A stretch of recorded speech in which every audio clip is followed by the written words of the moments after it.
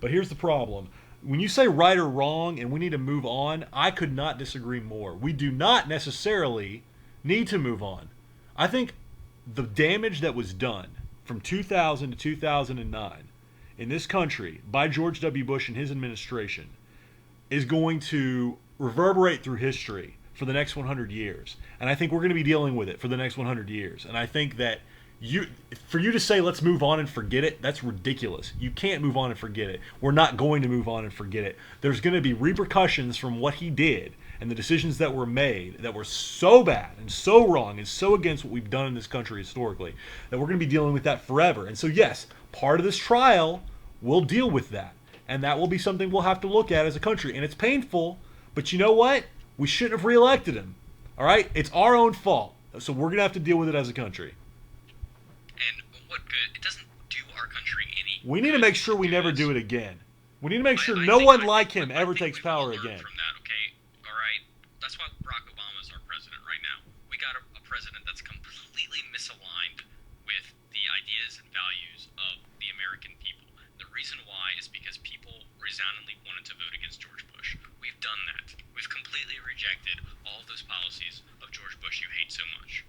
Well, okay, but you know what? There's a lot of people, and I would say the majority of the Republican Party, one of the two major political parties in this country, who still believe that all the things that Dick Cheney defends every time he opens his mouth now are right and true and good, including waterboarding, including torture, including rendition and Guantanamo Bay and all of the things that happened at Abu Ghraib and just this institutionalized abuse and the things that they did in the Justice Department and the memos that they released, that the people they fired who wouldn't go along with it, everything that they still defend. There's basically the neoconservatives are alive and well, and they need to be crushed, and they have not been crushed yet. Just because Obama won doesn't mean that they're gone. Define crushing them, because so for you, the ideal outcome for this trial is that Khalid But they can't come back. They can't come back. They should not be able to come back. Can't come back. How do you define that? You want to convince every single person in America that waterboarding a guy who killed 3,000 Americans was a bad idea. You're not going to ever be able to do that. Okay, well, I'm not trying to convince the whole country that it's wrong. I'm trying to make sure that it's understood what happened, and I don't think it's still fully understood what happened outside of the people who are well-informed. People that are well-informed understand what happened. I think the common man doesn't, and I think this will help. I think that I have a higher opinion of the common man. I think the common man understands damn well what happened under the Bush administration and how these terrorist suspects were treated. And I do think that the cries of abuse are vastly overrated. Oh, now here we go. Now see, now you're taking the same line that the people who worked in the Bush administration are taking. And this is what I'm talking about. When you say the cries of abuse are vastly overrated, what you're doing is you are legitimizing what they did. How am I'm not legitimizing. Yes, because you're minimizing the abuses. You're saying that the abuses were smaller. So you're legitimizing what they did. Saying the abuses were smaller is not saying the abuse is bad. It's like cutting myself and saying, well, it's a small cut, but it's not a cut.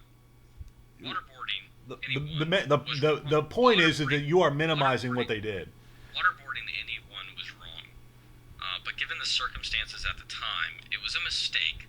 But it was a mistake that's not the most heinous thing in the world. Yeah, it's the most heinous thing that we've ever done. Yes, it is. No, it is. It is one of the worst things this country's ever done. It is one of the worst things this country's ever done. The genocide that we committed against the Native Americans. Okay, that was bad too. That was bad too. But this is one of the worst. I didn't say it was the worst. I said it was one of the worst. You said it was the worst thing we ever done. One of the worst. No, I said one of the worst. The concentration camps for Japanese Americans. I did not say it was the worst thing America had ever done. I said it was one of the worst things America had ever done. I mean, and compared to the other nations on this planet, all right, if that is even one of the worst things. I'm saying it's one of the worst things America has ever done. Yeah, that means America's a pretty damn good place.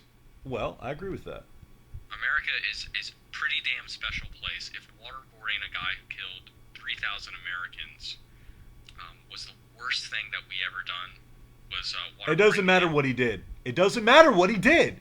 We should not have tortured anyone. It's against international law. It's against our own principles as a country. We are full of shit if we don't uphold our own principles.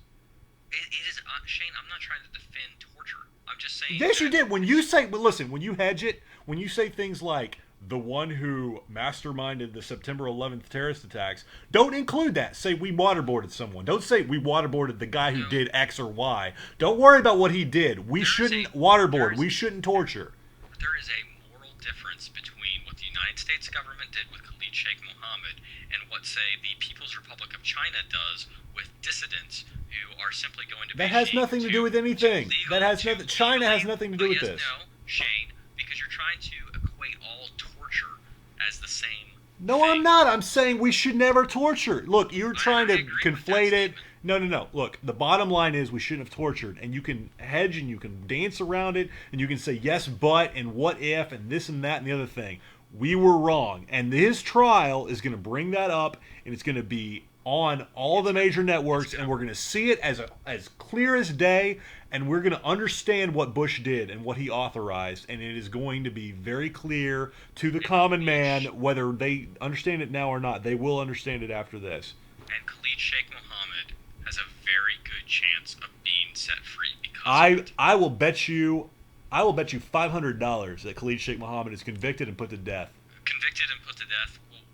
We'll see, Shane. We don't know. I am more confident. See, this is the thing. It's so ridiculous for you to assume, for you to just assume it's going to happen. Assume that you can predict the future, which I think is clearly the more irrational play. But you're the one who's saying that you think there's a very good chance of him going free, and I think that's ridiculous. I think there's an extremely good chance that all the evidence against him all gets thrown out because there's no chain of because if you look at House of you gotta listen to what you're saying. You have to prove a chain of You're saying all of the evidence against him will be thrown out.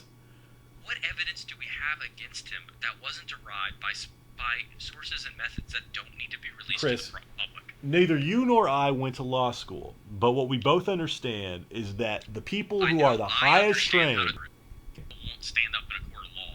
No, you don't know that because you don't understand the legal system. We both understand it about the same. No, there are people, the highest trained legal scholars in this country take jobs as Supreme Court clerks and in the Justice Department of the United States. We have the smartest people, all right, whether you believe, and a lot of them are civil servants that are not Republicans or Democrats. Okay, so you're impugning all of them when you say that they haven't thought about this. They've thought about it. It's not Obama, it's the Justice Department.